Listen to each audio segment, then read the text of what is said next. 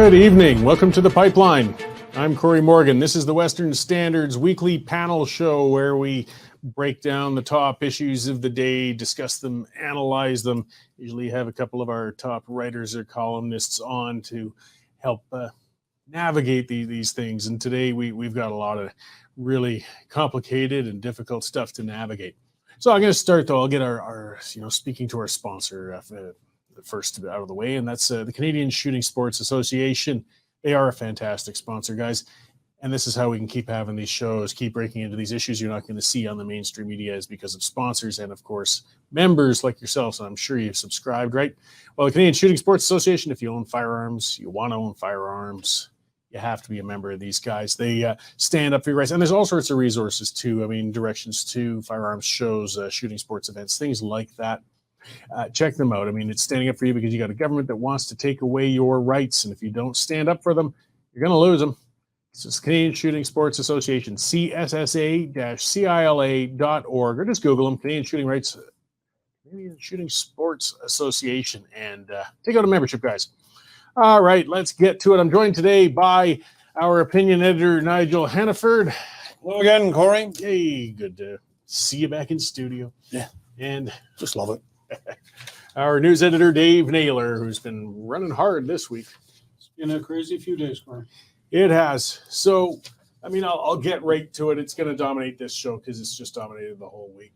Israel is at war. Hamas has just pulled off one of the most horrific terrorist attacks against Israel. And now, of course, the retaliation is going to take some time. I guess just for some folks, maybe if they turned off the TVs all Thanksgiving and so on, give us a rundown of what's going on, Dave. Yeah, it was really scenes of savagery, the likes we've rarely seen. It was a surprise attack. Somehow the Hamas managed to catch the Israelis asleep at the wheel and defeat their vaunted intelligence. Launched an attack Saturday morning from the Gaza Strip in southern Israel, in which hundreds and hundreds of Hamas terrorists poured into southern Israel. They attacked a music festival and slaughtered 260 young people there. They went into kibbutzes and slaughtered families in their beds. The Prime Minister's office today confirmed that up to 40 babies had been decapitated, if you can imagine that, Cory. In these attacks, they were done by paragliding commandos of all things, troops pouring across the border after the border was unsealed, and 1,200 Israelis were killed in that terrorist attack Saturday morning, and hundreds of terrorists also died. Of course, the Israeli response has been swift. They have launched a massive aerial attack on Hamas and the Gaza Strip, which is, if you don't know much about it, it's one of the most densest populated cities or countries in the world. And it looks like they're basically going to reduce it to rubble. The defense officials said they're going to create a tent city for the entire country, not leave any single building standing. And they've got 300,000 troops amassed on the border for a ground invasion. And it's been interesting to see all the flights filled with young Israeli men flying back to Israel to rejoin the army and join up. So the ground war is imminent. The air war continues to pound. And then, of course, we've got the big question, or many big questions, including what's going to happen with Hezbollah on northern Israel and in Lebanon. There's already been some tit-for-tat firing over there. So unbelievable carnage, and unfortunately, I think more carnage is yet to come. Well, that's it. I mean, it's hard to understand the motivations of this. We're outside of it. Thankfully, in the world we're in, it just doesn't occur to us to support something as horrific as this. But what, Nigel, I know it's a big, broad question, but I mean, they knew what they must be invoking. What did Hamas think they were going to accomplish out of this? Okay, well, I'm going to try and give the Hamas point of view, but let me say right off the front, I have no use for this Oh, I organization understand. whatsoever. We're just trying to figure And out. I'm trying to give Yes. it. I'm trying to be fair to why it is that they do what they do. But I have just been personally deeply saddened by, as the news comes out, that people have been burned to death in their cars. There's pictures on the internet right now. As some poor teenage kid is taken across the border and to be held as a hostage, and you can imagine all the things that, and then 40 dead babies, some of them decapitated, all of them dead, and people in Canada are like this person from CUPE, like in Ontario, saying, "Oh, what was his quote exactly? The Palestine is rising. Long live the resistance." Yeah, 40 dead babies, some of them decapitated. Long live Palestine. Long live the resistance. Screw them. I have no use for anybody who is. The ironic thing, Nigel, is the guy who did it, Fred Hahn, is openly gay. So good luck to him trying to deal with Hamas. They deal with gays much harsher than. Straight off the top of the minaret. No questions asked. So now, to come back to thank you for letting me have my rant. Mm-hmm. Well, okay, we've got room to rant a bit on this one. So, there's a lot to cover. So here's the thing that I think is going on. During the Trump administration, great efforts were made with some success to bring peace to the Middle East. The Palestinians would say it's all very well for Israel and Saudi Arabia and Egypt to work things out between themselves. What about us? We're stuck here on this little coastal strip in a highly densely populated part of the world. And in our opinion, I think they're wrong, but in their opinion, they have a historic claim to that part of the world. So you guys are all trying to work this out together. Nobody is looking out for our interests. Well, we can disrupt your peace process. We can launch a futile attack on Israel, which will force Israel to retaliate in the strongest terms. A tent city would be just in the circumstances. And the peace process goes nowhere. We, meanwhile, remain players on the stage. And we've got our friends in Hezbollah who, if the Iranians give them permission, will help us. Hamas has had its own difficulties with the Iranians, which I do not understand and cannot explain. But apparently that has now been settled. So I think this is just a horribly costly and barbaric attempt to remain a piece on the chessboard. They seem to have gone out of their way to be as provocative as possible. This was planned. Like some of the worst atrocities we're seeing, they aren't being released by the IDF. They're being released by Hamas's own videos. I mean, this was purposeful, showing that young lady who's clearly been terribly treated, being forced into a vehicle to be further abused. The pictures of them entering houses and kibbutzes, peaceful little enclaves, and torching the places, even shooting their pets. Like they are, it's not like they're trying to surreptitiously do an attack. They want to make sure the world sees just how vicious and horrible they're being while they're at it. They're trying to prompt a response, and they certainly got it out of Israel, but I think they're trying to get much more than that.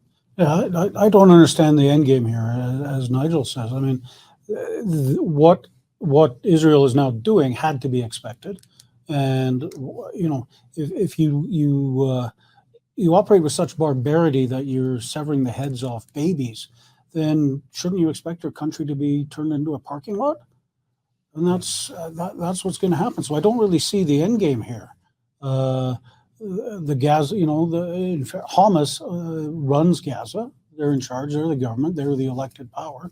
And I think, Cory, you got a column coming out later on today that until the ordinary Gazans rise up and say, no, we don't want nothing to do with Hamas, then the situation is going to change. But bottom line is there's a lot of innocent people on both sides that have died and will die. And for what good, I can't see. So let's circle a bit back to not just the Fred, what is his name again? Fred Hahn. So he's the head of CUPE Ontario, just for viewers who don't know. I don't blame you for not knowing who this moron is, but that's who he is. And other union X accounts, and we've had union affiliated, I mean, it's NDP members coming out. There's some sort of, and I'm going to say it's anti-Semitic basis on the far left in Canada and probably elsewhere, and they just can't contain themselves. I mean, they won't retract, they won't back off. In fact, they're doubling down.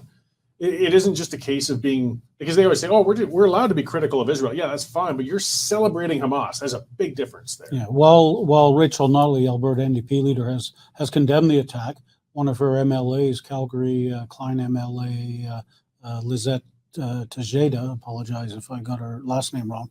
In the past, she has openly called Israel barbaric and committing genocide of the Palestinians. We have a story on a Mount Royal University professor who wrote in Al Jazeera yesterday about how the Palestinian resistance and uprising. We had a story on Osgoode Law School.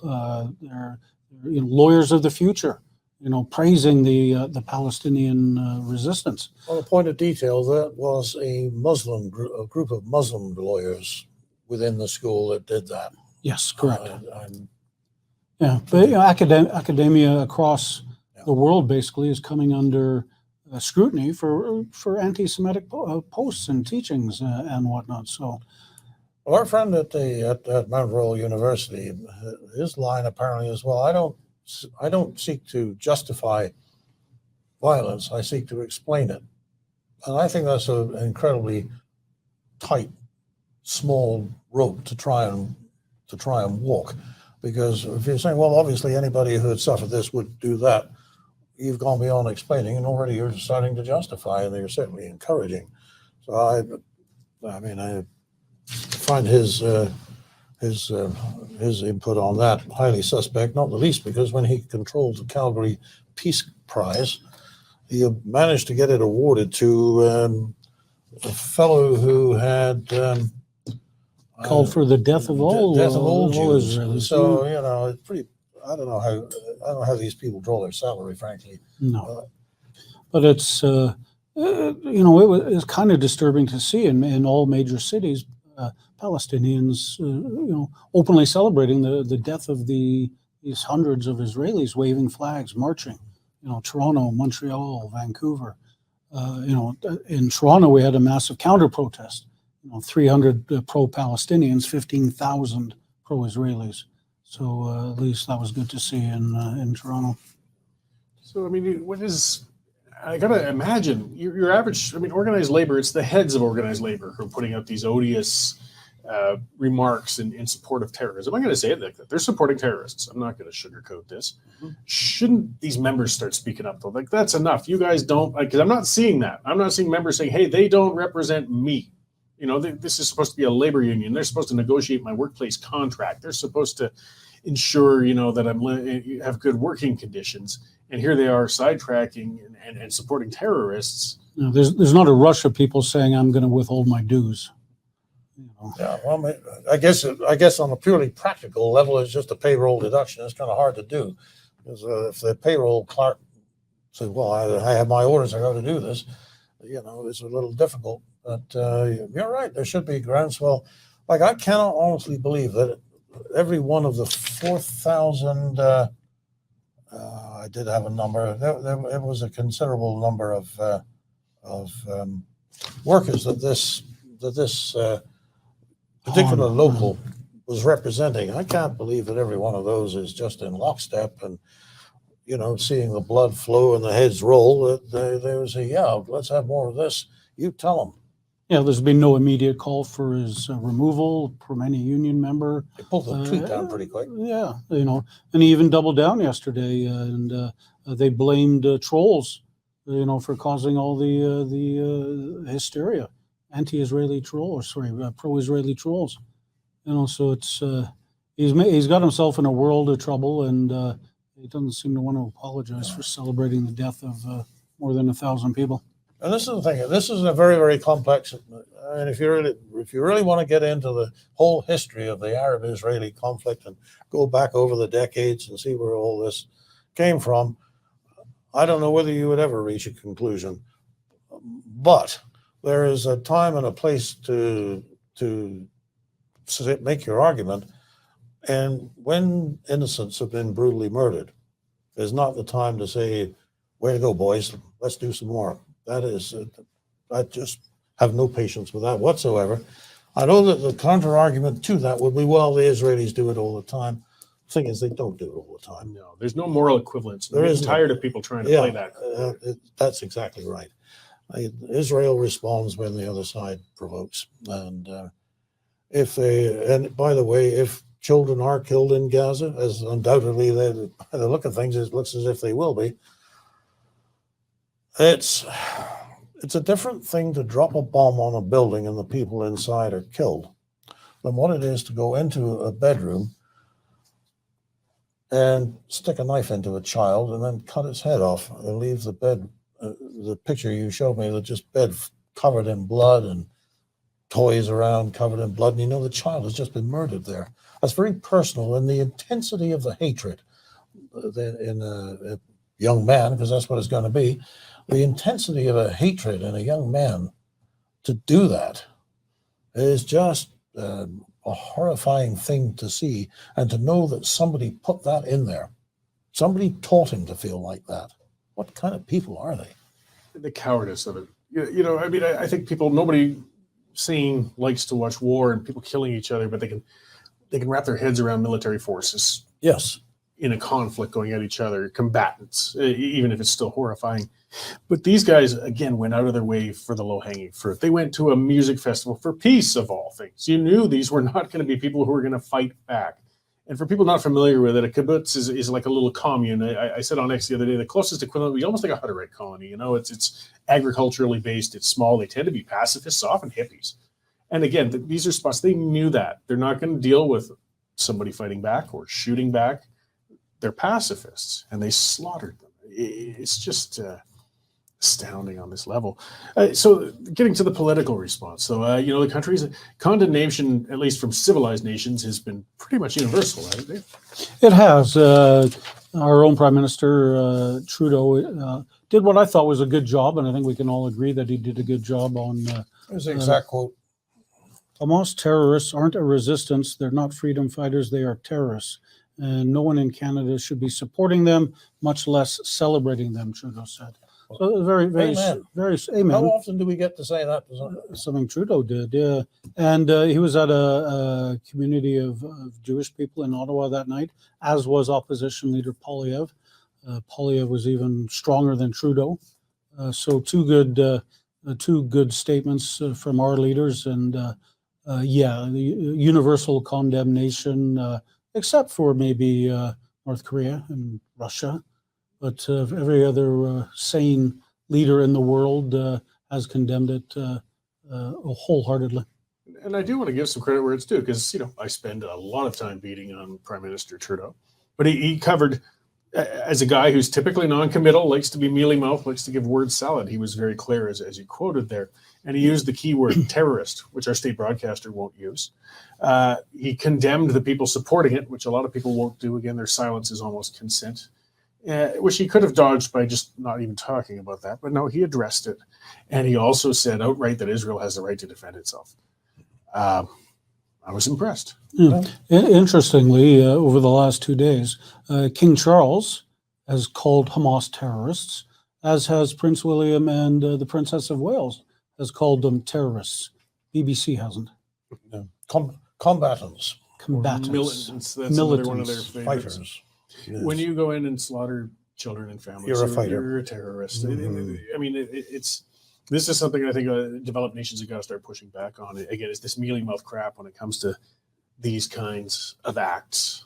You got to be able to call them what they are. The New York Times changed their copy in one story from, it was initially Hamas terrorists. Editor went in and changed it to gunmen.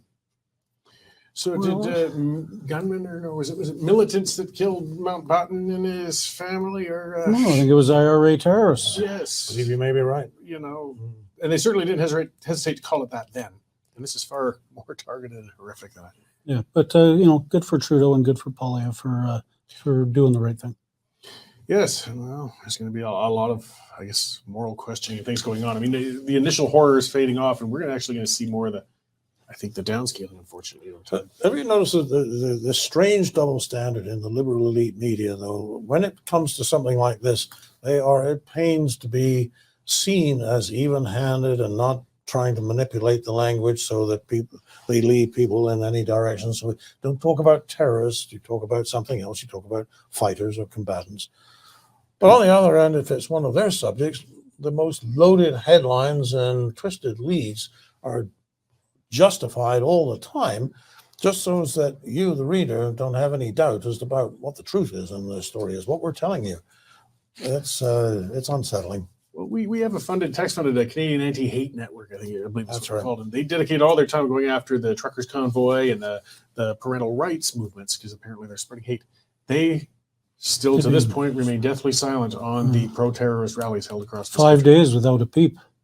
If they can't call that hate, they don't deserve to exist as a group. They certainly don't deserve the taxpayers' money. No, and they're getting that, and they're spades. considered a charity. So I think the next thing, Cory, is the ground invasion, and you're seeing the military build up not only from Israel, but from countries around the world. The United States has now dispatched a second aircraft carrier to the coastline. Great Britain is considering sending the newest carrier in the world, the Queen Elizabeth II. They're thinking of sending that air carrier and support group to the Mediterranean. So I don't know if it's going to die down. I think there may be a bit of a lull, and then when the actual invasion starts of Gaza, I think all hell's going to break loose again, because that's when you're going to see the ugly street fighting, almost hand-to-hand combat. There was a report of today 30 Gazan children killed at a school. I have no idea why they would be going to a school today. I don't know if that's propaganda, but there were UN workers killed, a dozen UN workers. There were half a dozen Red Cross workers killed. And this is before the invasion even starts. So when you've got 300,000 troops moving in the narrow streets of Gaza, that will become literally hell on earth. And with all the drone technology and other stuff that we've got available today, we're going to get a front row seat, and it's going to be horrific. Yeah, just to clarify, so that actually what they've done is they've called out 300,000 reservists, and they have a standing force of the IDF of over 150,000. So those are full-time soldiers, 150,000. The reservists, as you said, they're flying out from all over the world. When I used to own my pub, I had a young lady of Israeli origin who was working with us, the most soft-spoken, gentle, and she showed us some of her Facebook pictures of her when she was in Israel with her rifle and such, with her training, putting in her service. I don't know if she's planning to fly over as the others, but that there is a large force. But they're not full-time soldiers as well. They've been trained, but that could be terribly dangerous to. Well, it's going to be, of course, by nature. But this is. You don't think Hamas is setting booby traps on every street in Gaza at this very moment? Of course they are. Of course they are, yeah. So trying to speculate, Nigel, like the show of force, I guess, coming from the United States and the UK, with sending military naval fleets to the area, they'd have no interest in getting in anywhere on the ground in Gaza in that area. I'm kind of speculating it's just more messaging to the neighboring nations saying, stay out. Stay out of it. Yeah, you don't want to be visited by one of our F-35s. And the other thing, of course, is just ensuring continuity of oil flows. Yeah, there's always that. I mean, to the degree that you can do that with a naval force, but it depends whether, I don't know what's going in with the carriers, whether they also have sending in troop carriers as well. That just to do a ground intervention if they need to, if somebody's turning off the taps somewhere. I don't know, but that would make sense that if they will be able to do what they need to do to keep energy on. It's not just the United States and Great Britain. I mean, all of Europe is drawing oil from that area. And good Lord, we get some ourselves from that area. Not that there's a Canadian aircraft carrier on the currently being constructed. I'm sure. The American government has confirmed that they have assets in the area now that are capable of rescuing hostages. So we're talking the FBI hostage rescue team. We're talking SEAL teams, the elite of the elite. So if they get intelligence that an American hostage is being held at this address in Gaza, they said these guys are known as the door kickers. I wouldn't be surprised to see American boots on the ground in Gaza rescuing an American hostage, because the Israelis are a bit busy at the moment. Mhm. Yeah, specialized targeted. That would not surprise me at all. Well, they're protecting their citizens. That's the nature. And there's a lot of American citizens in Israel. I mean, Israel is a unique country. I mean, with the amount of citizens it has around the world, but still strong ties back to Israel that are going to support. I mean, the ramifications as this goes on. Americans have been putting a lot of resources into Ukraine. They're going to be diverting a lot of that now towards Israel, and they only have so much they can dedicate. I think the money-making printing machines are going strong in the United States. Just quickly, one point on the last thing: there are Canadian hostages. The Israeli government confirmed today. We don't know how many, but there are Canadians being held hostage. Ukraine President Zelensky is concerned about this. He says, the world's attention will now focus to the Middle East, and people will forget about us. There was a NATO meeting today in Europe, in which all the defense ministers said, we won't. European countries pledged more hundreds of millions of dollars. The U.S. government is pledging hundreds of millions of dollars more. So, and the U.S. is also giving arms to Israel in terms of armaments and whatnot. So their stocks must be pretty depleted. And it looks like the Ukrainian counteroffensive is kind of stalled or not going as quickly as they would hope. Right. So, I guess there may not be enough weapons to go around. Should have bought General Dynamics when we had the chance. Exactly. Yeah, I guess kind of a minor blessing in a sense. I mean, it still doesn't matter. It's being utilized elsewhere, but the Russian hardware and abilities, I mean, they've often liked to play and often in support of the Arab nations in that area, but they don't have resources they can be sending down there. They're trying to get resources out of North Korea right now as it stands militarily. So, some of those players, Saudi Arabia, Iran, and the others can't count on Russia to put in on this, which again, I think is good because it might reduce the chances, which I think a lot of people fear, of an all-out war breaking out in that area. So, you talk about all-out war, and obviously we should talk about it, and that is a real risk that a lot of people are concerned about. There's also the risk of this spreading, and I'm thinking now about this mullah who has called for a global jihad. Perhaps I'm incorrect in calling him a mullah, but he is... he was one of the founders of Hamas. Former founders of Hamas. Yeah. Okay, so... the guy's name is Mashal, and he's called on Hamas militants to conduct attacks around the world on Friday. So we're here talking about what the Americans are going to be doing for the Israelis.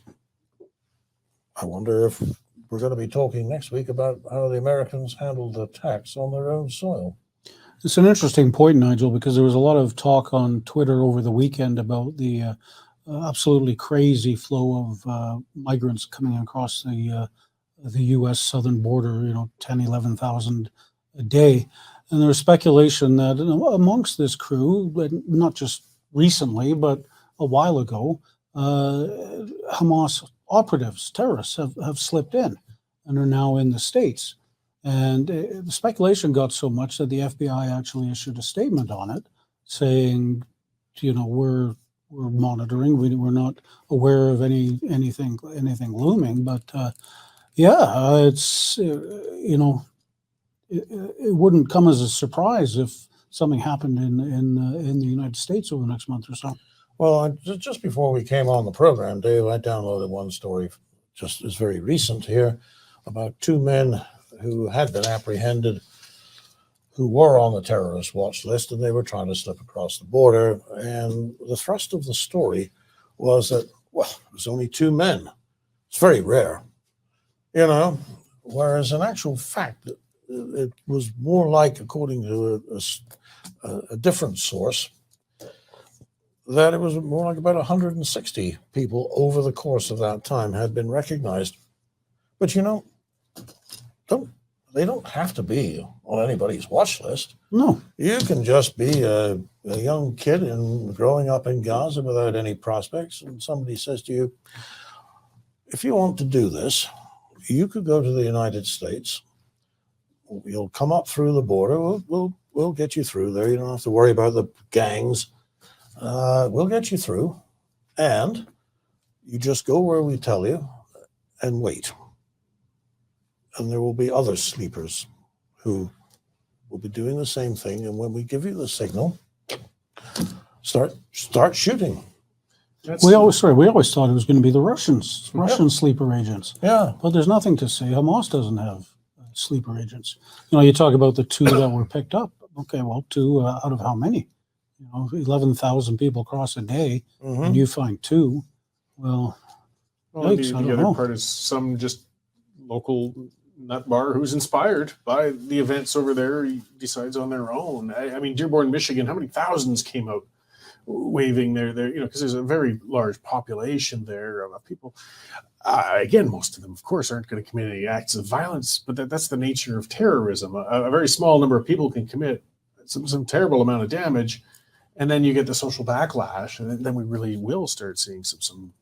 You look at the hundreds and hundreds of terrorists that Hamas convinced to go across the border into Israel in what they probably knew was going to be a suicide mission. They weren't coming back from, and they persuaded hundreds, more than, hundreds to do it, to give up their lives for the Hamas cause. So you're not beyond the realm of impossibility that they could have convinced some young men to go to America, sneak in, and attack the great Satan in the underbelly. That's it, Dave. I mean, the lack of prospects in some of these places is so severe that it actually sounds attractive. I know when I was in Afghanistan, I was up in the northwest part of it in Gar province, and I just being shown around, and there was this 14-year-old kid who was looking after a flock of goats, herd of goats, and the person who was introducing us around pulled him over and talked to him in his own language. Obviously, he was very courteous, very pleasant kid. And he said, he could be one of the next ones because this is all he's got to look forward to for the rest of his life. If he decides to go with the Taliban, they will make him rich beyond his wildest imagination. And if he gets killed, and he probably will, then the family gets a huge payout. So, of course, they're going to have takers. There's a large cultural and faith embracing of martyrdom. I mean, martyrs are very, it's the height of your action you can do for Allah. Yep. Is to be martyred for the cause. We don't see that, thankfully, in most other. It was just seeing this kid, though. You suddenly realized there was this flesh and blood example. Okay, if that was me, what would I want? Want to make your mark in the world, to be somebody, a sense of purpose. That's right. The one bad actor that we haven't talked about that could have enormous consequence is Iran. There's all sorts of talk about Iran having helped fund the Hamas attack and helped arm them, and has been a constant supply of money and support. Now, it hasn't been officially linked yet, but if it does come out that Iran helped this, what's going to happen then? Is there going to be sanctions on Iran? Is Iran going to launch Iran can launch attacks on Israel? They got the fighter jets. Or is Israel going to attack Iran? Or is Israel going to attack Iran proactively, right, and hit their nuclear thing?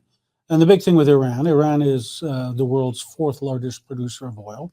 Since this whole crisis broke, oil kind of been steady, $87, $86 a barrel.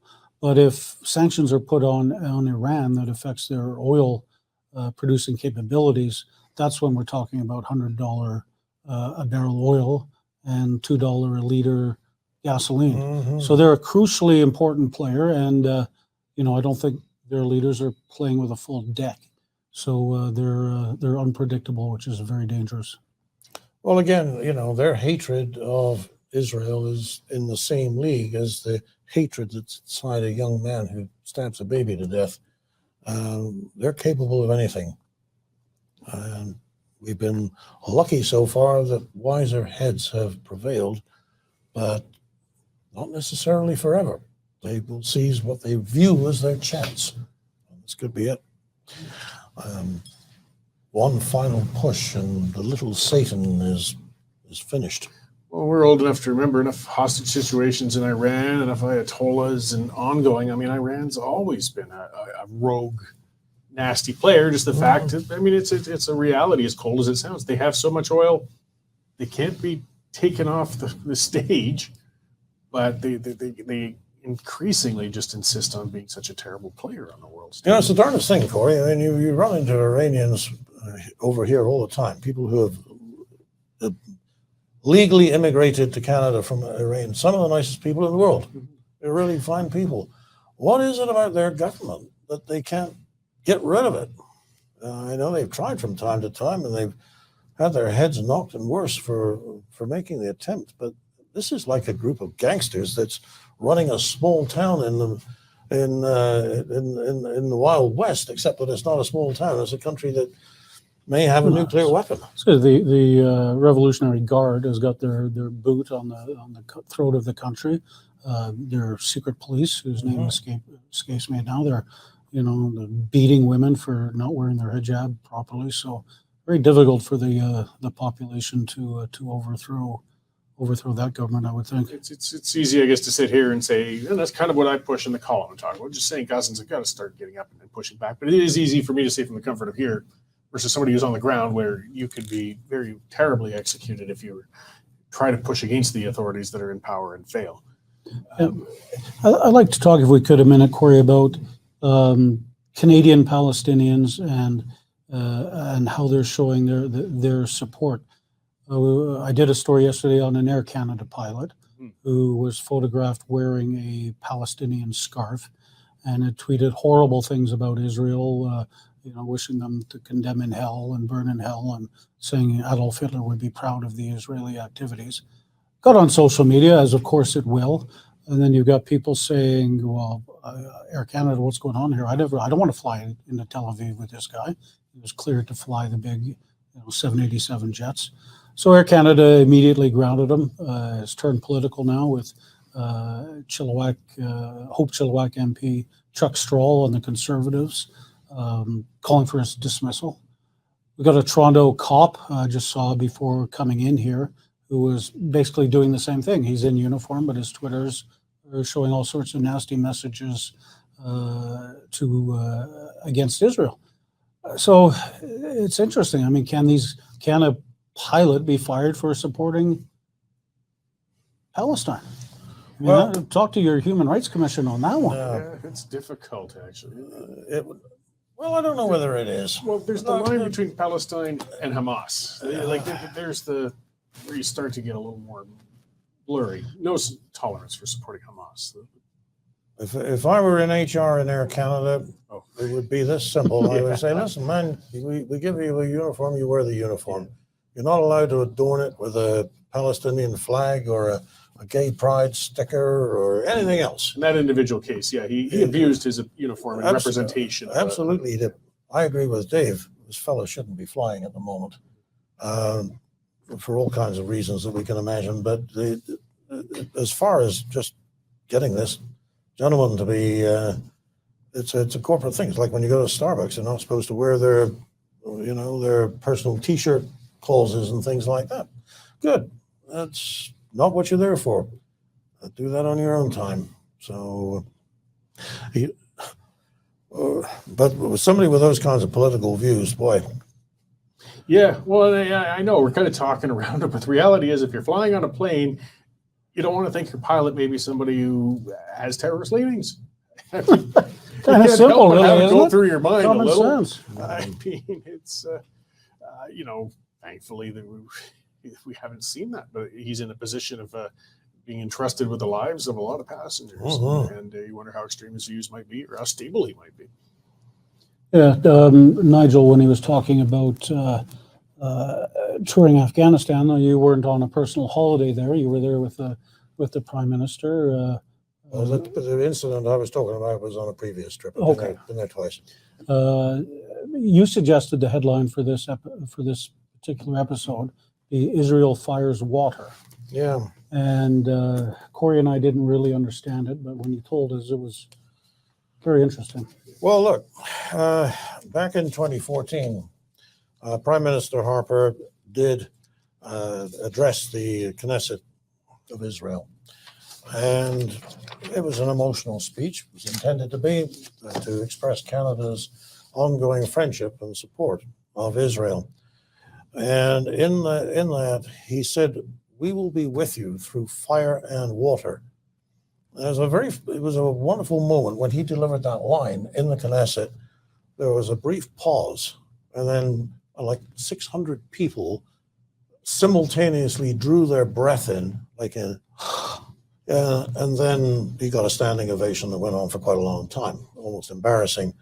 But that's a phrase that comes out of Psalm 66. It speaks to the experience of being led out of Egypt through the Red Sea when the waters miraculously parted and the Israelites got across, and then the waters came back and drowned the Egyptian army that was pursuing them. It speaks to the crossing of the Jordan as they entered the promised land in that phase of their history when the waters were backed up so that they were able to cross the flooding Jordan on, a dry waterbed. And then once everybody was across, the river started to flow again. And then it's the fire that preceded them by night and when they were coming through the desert, because God represented himself to them as a fire by night, a pillar of fire, and then during the day, a pillar of cloud. And as long as they were following that, they were going in the right direction and they were safe. So the idea of fire and water is a very emotive one to an observant Jew, and especially one living in Israel. So the Prime Minister Harper used that phrase, and if they ever had any doubts whether he was serious or not, those doubts evaporated at that moment. Now, it's unfortunate that strong empathy that built up between Israel and Canada at that time was dissipated very quickly by the current administration. I mean, we were talking earlier about the strong words that Mr. Trudeau had for the terrorists, but it's been a long time coming, and there's not much been done in the meantime. No, and significantly, there was a statement put out by 5 members of the G7. Their strong support for Israel and we'll have your back. There was one member of the G7 conspicuously absent, and 2 guesses as to who that was. Mr. Trudeau's Canada. So I think that just shows how far we've fallen in the eyes of our allies over the last few years, that they don't even consult us on a breaking world crisis. Dave, I'm going to make a very subtle distinction on that. I mean, broadly speaking, yes, I agree with you. Of course I do. But I don't think that it is Canada that has fallen in the eyes of its allies. I think it is this particular government, and particularly this Prime Minister, who people have already made the decision, this is not a serious player. This is not somebody you can really talk about serious things with. He is frivolous and doesn't follow through and is quite likely to cut the meeting anyway. Let's just not bother with him. I would say that it would be very different with the most likely leader of the next government, which obviously is Pierre Poilievre. But even if Mr. Trudeau resigned and they had a different leader of the Liberal Party, someone like Mark Carney, man I have profound disagreements with as an opinion writer. I think a lot of what he stands for is awful, but at least if you have run not one central bank, but 2, and one of them the Bank of England, you can't write him off as a piece of fluff. And unfortunately, that is the reputation Mr. Trudeau has built for himself. It's going to take a lot more than this. No, well spoken as it was, it's going to take more than that to bring him back to any kind of public esteem, and I don't think it's possible. Are you saying Carney wasn't a drama teacher? He actually had a job? Unfortunately, when I listen to Mark Carney speak, I have the dreadful sinking feeling that he's not acting, that he actually means what he says. And what he says disturbs me greatly. Yes, intelligent, scary He's dude. no fool. And I mean, to kind of close things out and talking about that, our diplomatic corps used to have a strong reputation, some actually very brave acts that we won't have time to get into, what we were known for in the Middle East decades ago with a hostage situation there. And what did we see last weekend? Canada's embassy in Israel is closed for Thanksgiving. What do you exist for as an embassy if you cannot staff it in the course of an emergency, even if there happens to be a holiday back home? What an embarrassment. It shows how unseriously. That's the thing, is Canada is not taken seriously. We don't even take ourselves seriously if we can't get our embassy open in Israel in a crisis. And then Melanie Jolie, I just want to finish with that. Our foreign affairs minister shows up, G.I. Jolie, with a olive green. Definitely, it was a fashion model to make it look like she was wearing a military blazer almost, and her hair cut short, military style. She's looking at it as a fashion game. It's just drama school. Embarrassing, embarrassing. We're not to be taken seriously. It's different when you see a leader in a war zone who's actually there, who's wearing camouflage. The odds of her getting shelled in Ottawa maybe increased a little bit since that stunt, but are still pretty remote, I would think. Yeah, I think Mr. Zelensky overdoes it, frankly. Yes. But even, at least the guy can say, well, my country's at war, so I'm wearing a green T-shirt in solidarity with the boys at the front, She's role playing and in a serious role. It's our foreign affairs minister. And it just, no wonder we don't get the phone calls when the serious business comes.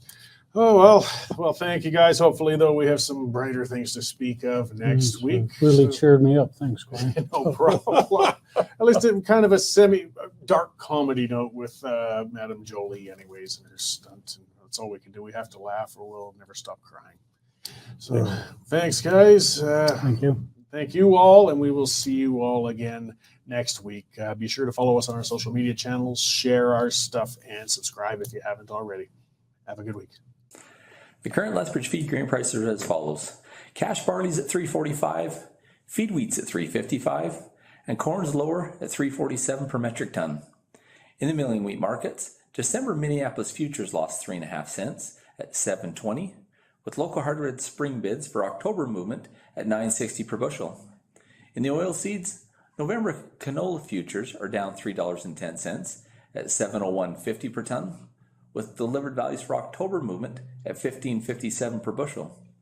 In the pulse markets, nearby red lentils are holding at 36.5 cents a pound, and yellow peas remain at $10.75 per bushel. In the cattle markets, December live cattle increased $1.62 at $186.62 per 100 weight. For more information on grain marketing, call me at 403-394-1711. I'm Sean Smith at Marketplace Commodities. Accurate real-time marketing information and pricing options. Canadian Shooting Sports Association. Without the CSSA, our gun rights would have been taken long ago. These guys are on the front lines helping to draft smart and intelligent firearms regulations and legislation in Canada, and more importantly, educating the public about how we keep guns out of the hands of the wrong people. You become a member, it's absolutely worth every penny. You can become a Western Standard member for just $10 a month or $9